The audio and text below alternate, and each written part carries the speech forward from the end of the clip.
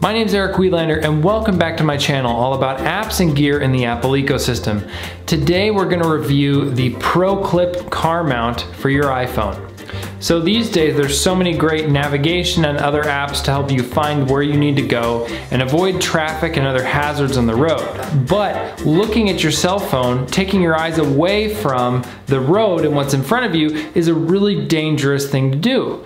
So having a cell phone mount makes it easy to be able to see your phone and see what's on the road at the same time. But one of the problems with a lot of cell phone mounts is that they might fit certain cars very well, but not fit very well in other cars. So ProClip solves this problem by having a custom car mount that's specific to your model or a range of models of cars. So you go to their website and you put in the make and model and year of your car, and it will recommend a variety of different mounts. Now, I have heard that some of their mounts have given other people issues. You can probably read around the internet and hear that. Personally, I drive a 2011 Nissan Rogue, and testing the mount that goes on the side of the windshield, sort of in that, I don't know what it's called, but like that bar at the edge of the windshield, it mounts there and it's totally fine. So I've had zero problems getting mine to work. It even had these optional sticky pads that you can peel off to like get it to actually stick, but just the sort of claws and grip around the bar was plenty to hold the phone very sturdy. So on the other end, you buy a mount for your phone, and then that mount screws into the mount in your car. The installation process is really pretty easy, but you just need to be careful not to drop any of the screws around your car. That could be a real pain to dig out a dark colored screw, especially if you have a dark colored interior. And they're small, and so they could fall into any cracks.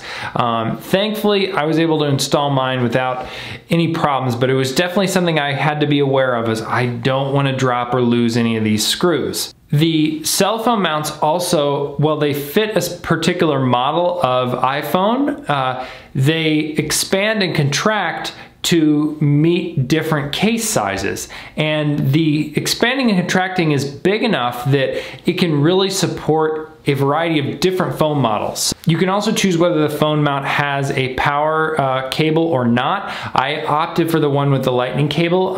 You do have to use Apple's lightning cables to charge the phone. It's really form-fitted for that cable to just kind of snap into the bottom of the dock. Then on the other side of that, I have it plugged into an Anker Power Drive Elite, which is linked below.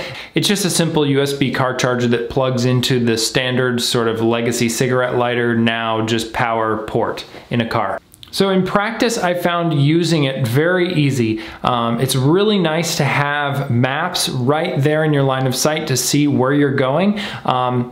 I found that I preferred to use, and this is an option in Google Maps and Apple Maps and Waze, to be able to turn on night mode. I just found I wanted a night mode and a darker map more than maybe it would give me just by the sunrise and sunset, just because to have a super bright white or brightly colored map right there in your face would be a little distracting. But a dark colored one, especially, I use an iPhone X, the OLED display, it makes the blacks look really good. That worked very nicely.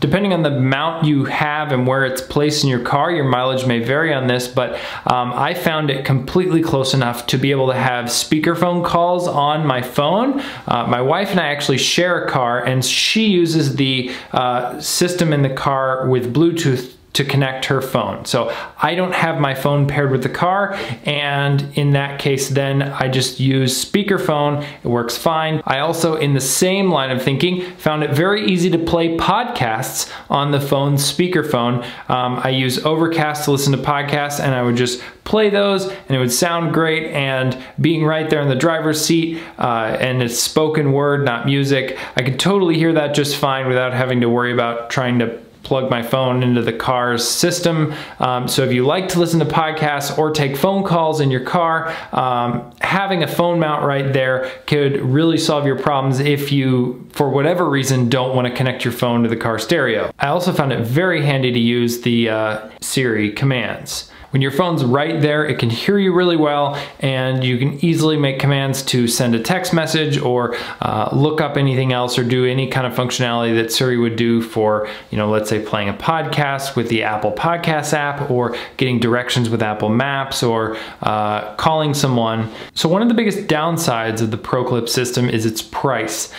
You can easily spend over $75 on their website getting the configuration that you want for your car and your phone. So it's definitely a premium option. That said, from using it now for a couple of weeks, I really think that you get what you pay for. It's a solid product. It really holds your phone well and just becomes a reliable solution for mounting your phone in your car that you don't have to think about anymore. You just put your phone there and go, and it works. Give this video a thumbs up if you liked it. I'd love to hear if you use ProClip or other car mounts. Let me know in the comments below. Subscribe to this channel if you aren't already, and I'll see you in the next one.